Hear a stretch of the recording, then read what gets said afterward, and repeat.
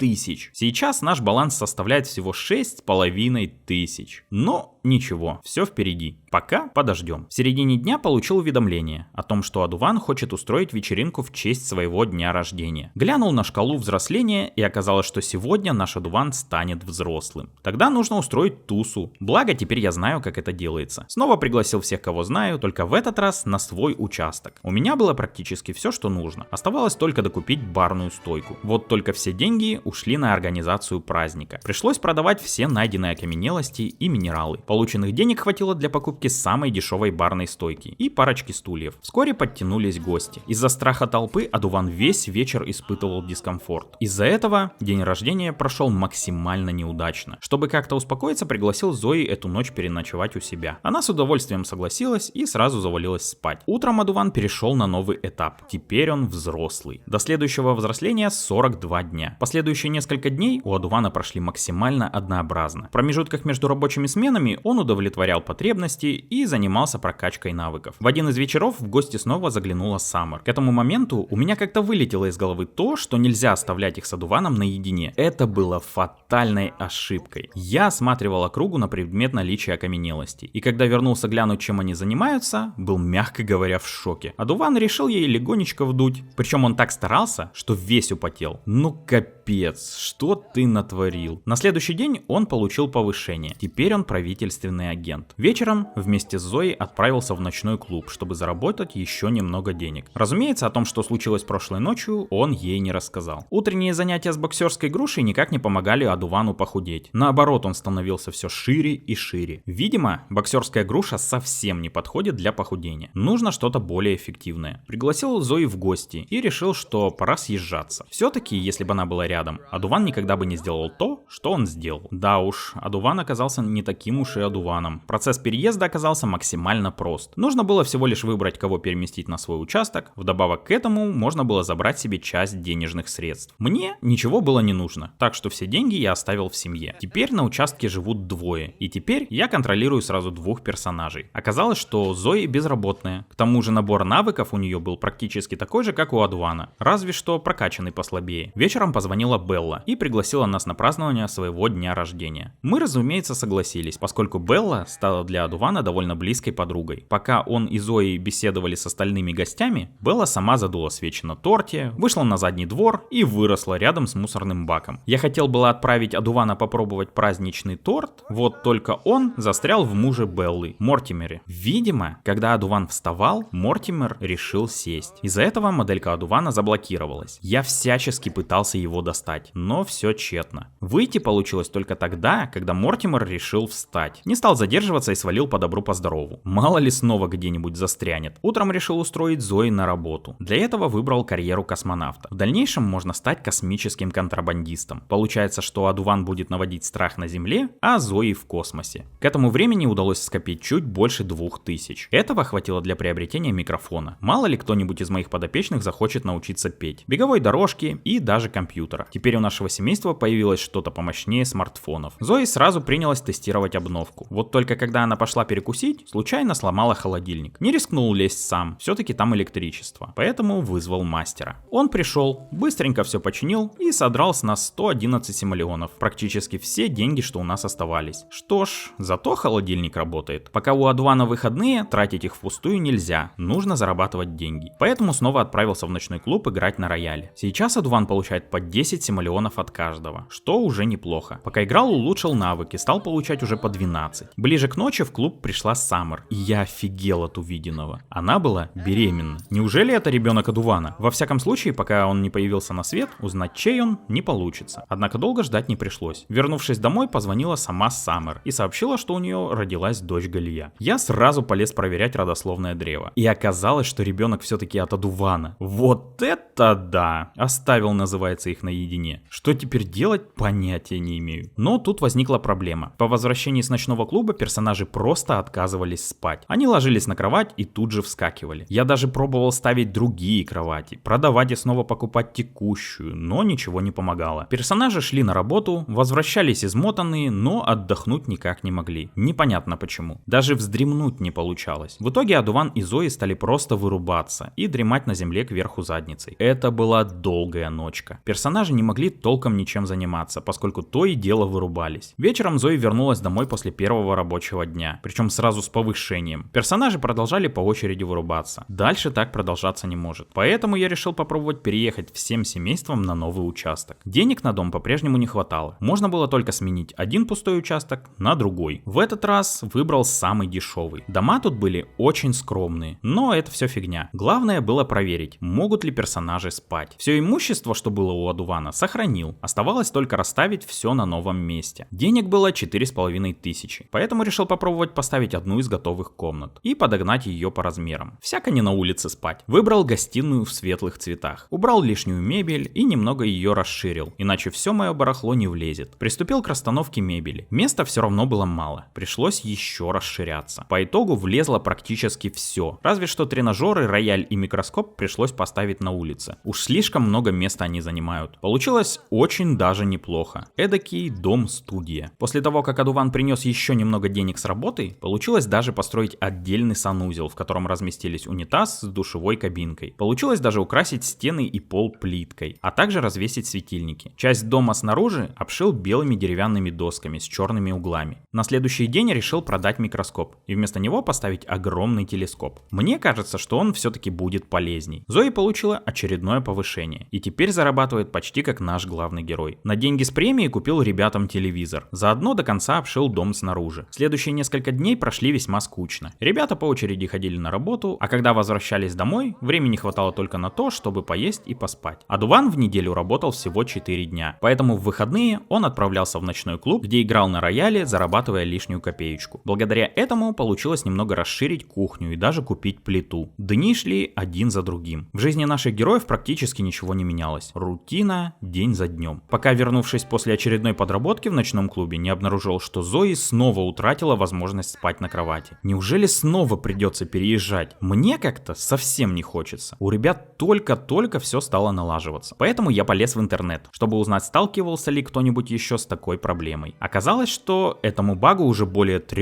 лет, но разработчики никак не хотят его исправлять. А лечится он очень просто. Нужно всего-то убрать кровать, выйти из игры, снова ее запустить и вернуть кровать на место. После этих манипуляций Зои снова обрела возможность спать. Получается, переезжать было вовсе не обязательно. Нужно было всего лишь погуглить. В один из следующих дней Адуван умудрился сломать компьютер. Однако для самостоятельной починки у него не хватало уровня механики. Единственный выход был вызвать мастера. Но все, кого я вызывал, почему-то не могли попасть в дом. Они буквально сразу же разворачивались и уходили. Я даже специально пригласил одного такого в дом. Но все, что он сделал, это вошел, поел тухлятины, которую я не успел убрать в мусорку, и свалил. Адуван получил очередное повышение. Теперь он тайный агент и зарабатывает почти 100 в час. Вот только работать теперь нужно будет всего 3 дня в неделю. Зои в этот день тоже получила повышение до руководителя центра управления. Дальше я довольно долго игрался со строительством, в попытках понять, как работает фундамент, стены и перегородки. По итогу мои эксперименты закончились полной переделкой жилища. Теперь места куда больше, даже рояль внутри поместился. Разумеется, все это будет расширяться и всячески модернизироваться. Вызвать мастера для починки компьютера так и не получилось. Пришлось насобирать достаточно денег, чтобы продать поломанный и купить новый, точно такой же. Для прокачки одувану навыка механики, чтобы он мог сам чинить электронику, купил верстак, но ему совсем не нравилось заниматься механикой. Он просто страдал от каждого взаимодействия с ним. Для Зои купил мольберт, чтобы она могла рисовать картины. Оказалось, что одуван, рассматривая небо через телескоп, может натыкаться на интересные явления и делать их снимки, которые стоят весьма дорого. Решил пока их не продавать и повесил на одну из стен. Оказалось, что рисование картин — это просто читерский способ зарабатывания денег. Сам холст стоит денег, и его стоимость зависит от размера. Чем больше, тем дороже. Самый дорогой стоит 100 симолеонов. Но как бы плохо ни была нарисована картина, она по-любому будет стоить дороже чистого холста. Так что, когда Зои нарисовала вторую картину в своей жизни, эту мазню уже можно было продать за 193 симолеона, что почти в 2 раза дороже самого холста. И это только начало. Чем выше скилл, тем качественнее картины. Соответственно, их можно дороже продать. Наш одуван со своим 8 уровнем игры на рояле весь день, играя в ночном клубе, зарабатывал меньше, чем Зои могла заработать, нарисовав одну картину. Она, кстати, тоже получила повышение. И так же, как одуван, работает 3 дня в неделю. Спустя некоторое время в доме появилась новая комната. Сейчас здесь разместятся все развлечения. Комп, шахматы, мольберт. В дальнейшем тут будет только компьютерное. Изменил цвет освещения, чтобы было больше похоже на геймерскую комнату. Через какое-то время насобиралось достаточно денег, чтобы поставить самый крутой душ. Вот уже несколько дней одуван по чуть-чуть сочинял свою песню на рояле. И вот, наконец, она завершена. Нужно дать ей название. Поскольку рояль называется «Пощекочи мои клавиши», песню решил назвать «Пощекочи меня». Теперь одуван сможет играть ее в баре. Мало того, он может продать права на эту песню на радио и получать с этого деньги. Что ж, посмотрим, сколько принесет моя композиция. Добавил еще 2 комнаты. Одна из них ванная, а другая спальня. Все заработанные деньги сразу уходят на строительство дома. Где-то стены покрасить, где-то пол постелить. Так что на счету постоянно остается какая-то мелочь, чтобы можно было приготовить нормальную еду. Наконец-то одуван достиг 8 уровня карьеры. И теперь ему предстоит выбрать дальнейшую дорожку. Стать алмазным агентом, либо же злодеем. Нечего тут думать. Конечно же злодей. К тому же у него и зарплата на 18 симолеонов больше. Заодно получил новое кресло. Премии хватило на то, чтобы закончить пол во всех комнатах и немного расширить компьютерную. В один из вечеров одуван решил приготовить себе покушать. Но внезапно начался пожар. Причем загорелся сам повар. Хорошо, что я оперативно отреагировал и приказал ему тушить себя. Практически мгновенно прибежала Зои, которая потушила горящую плиту. Сразу получил 310 симолеонов страховки за испорченное имущество. Вот только замена одной плиты стоит 400, не говоря уже о холодильнике. Хорошо, что денег у нас достаточно, чтобы купить все новое. Чуть позже добавил новую комнату рядом с компьютерной и перенес в нее мольберт и тренажеры. Рядом с кухней добавил большой обеденный стол. Осталось только разместить стулья. Во время очередного концерта в ночном клубе в него вошел призрак. Причем я помню эту мадам. В самом начале я пересекался с ней на вечеринках. Вот это прикол, конечно. Чуть позже зашел еще один. Причем с ними, так же как и с живыми людьми, можно было всячески взаимодействовать. Вернулся домой и обнаружил, как какой-то чел ковыряется в моем мусорном баке. Само собой, одувану это не понравилось, и он решил преподать наглецу урок. А поскольку он ежедневно занимается спортом, из драки он, разумеется, вышел победителем. На следующий день уровень игры на рояле достиг максимума. Теперь одуван может сочинять песни различных жанров, а также руководить обучением игры на рояле, благодаря чему ученики будут гораздо быстрее повышать свой уровень. Зои тем временем вовсю совершенствовала свое мастерство живописи. На заднем дворе решил сделать небольшую террасу, а рядом с ней бассейн. Получилось симпатично, только на завершение бассейна немного не хватило денег. Одуван сразу решил его заценить и целый час барахтался в воде. Кстати, может кто не знал, в этой части для того, чтобы залезть и вылезти из бассейна, персонажам не нужна лестница. Так что теперь не получится утопить своего подопечного, удалив лестницу, пока он находится в воде. Когда денег было достаточно, завершил бассейн. Добавил в него освещение и лестницу для удобства. А с одной стороны решил разместить небольшие фонтанчики. Спустя несколько дней получил повышение. Зарплата выросла сразу на 95 симолеонов. И теперь он зарабатывает 305 в час. Офигенно! В этот момент я решил, что должен во что бы то ни стало достигнуть максимального уровня карьеры. Причем как у одувана, так и у Зои. Выполнение жизненной цели отходит на второй план, поскольку, как оказалось, каждая жизненная цель состоит из 4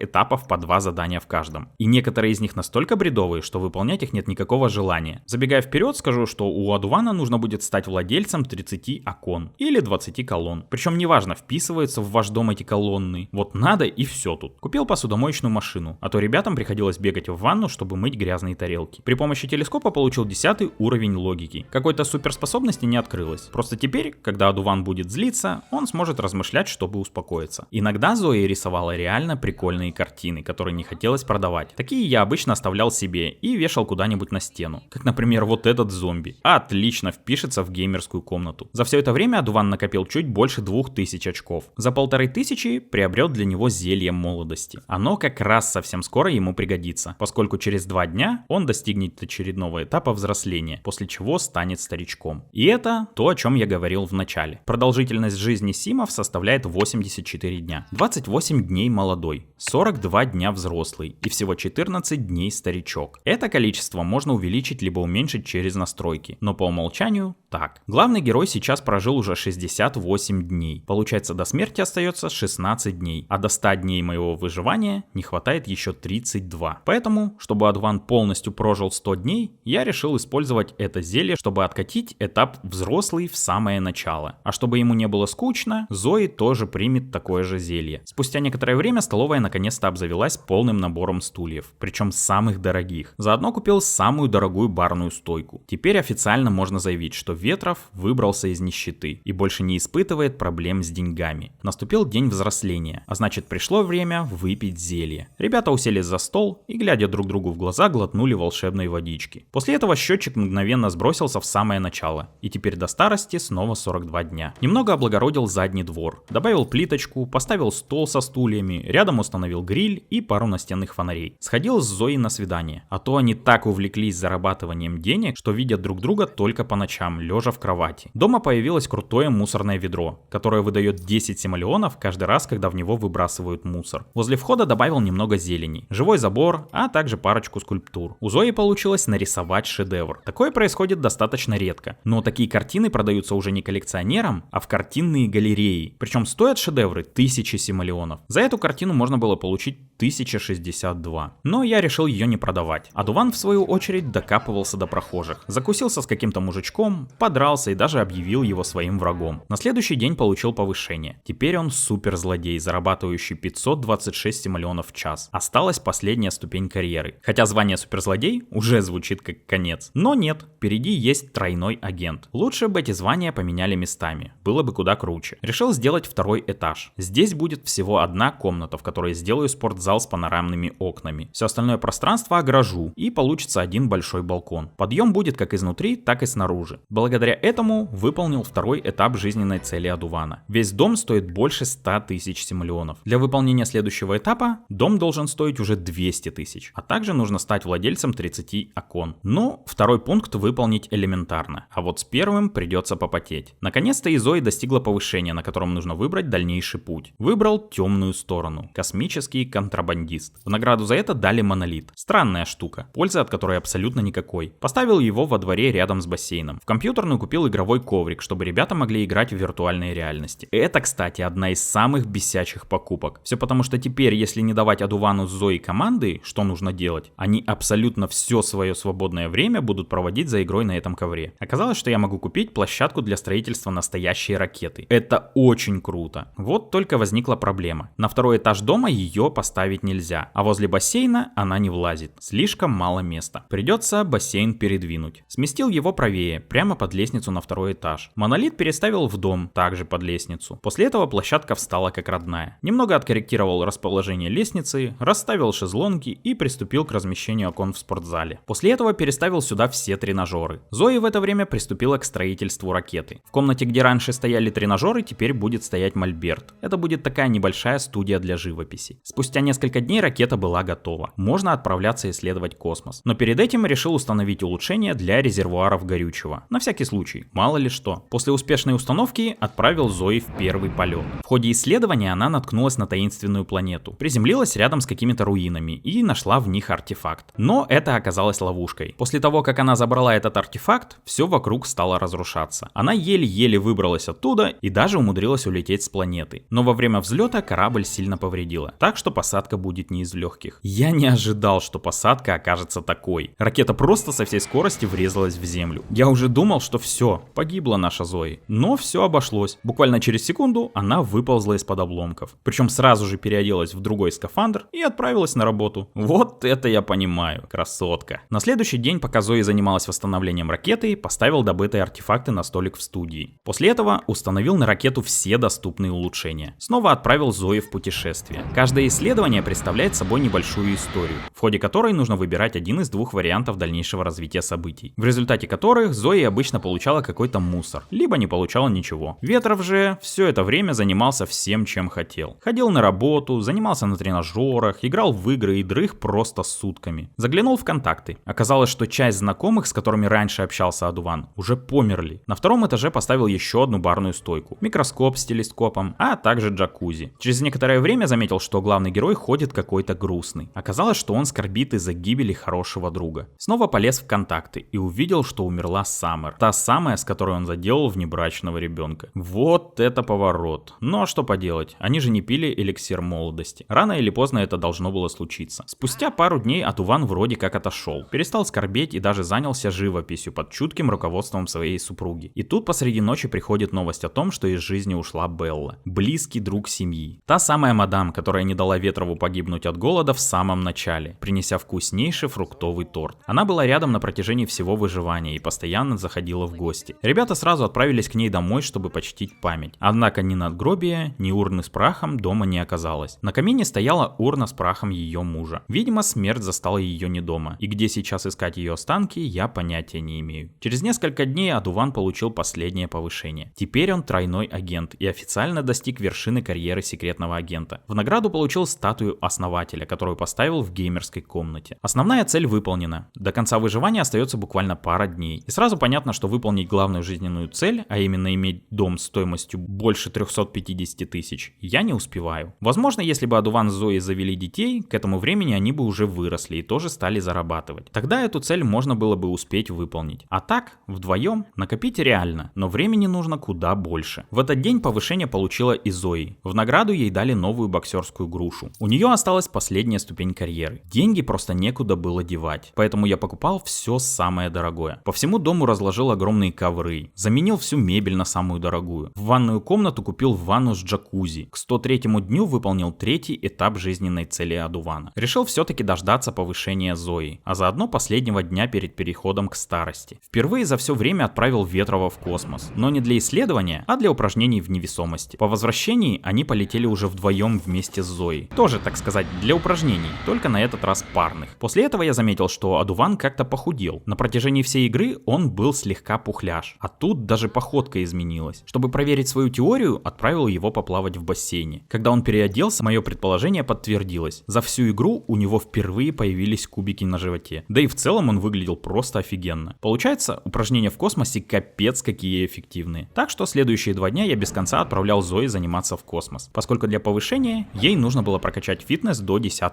уровня. Счета за дом, кстати, к концу выживания приходили на сумму больше 8500. И вот, наконец, долгожданное повышение Зои. Она официально космический контрабандист. В награду ей подарили новый космический корабль. Быстренько продал старый, а на его место поставил площадку для нового. До взросления есть еще день, поэтому мы должны успеть ее построить. Я недооценил ребят. Вдвоем они управились буквально за пару часов. Вот и наступил последний день этой истории. На счетчике у обоих персонажей по нолям, а значит пора заканчивать эту историю. Это был долгий путь. От бездомного, питающегося чем попадется и ночующего где получится, до суперзлодея с шикарной женой, космической контрабандисткой. От пустого участка, на котором не было абсолютно ничего, до роскошного особняка, который обставлен самой дорогой мебелью и техникой. Как таковой хардкор был только в начале, когда приходилось считать каждый цент, вкалывать на работе, чтобы потом все заработанные деньги отдать на оплату счетов. Возвращаться домой только чтобы немного передохнуть и снова идти на работу. Но по мере продвижения по карьерной лестнице играть становилось все легче. Изначально я предполагал, что все выживание будет за одного лишь Адувана, но я не предполагал, что он встретит свою любовь. Но как по мне, так получилось даже лучше. Да,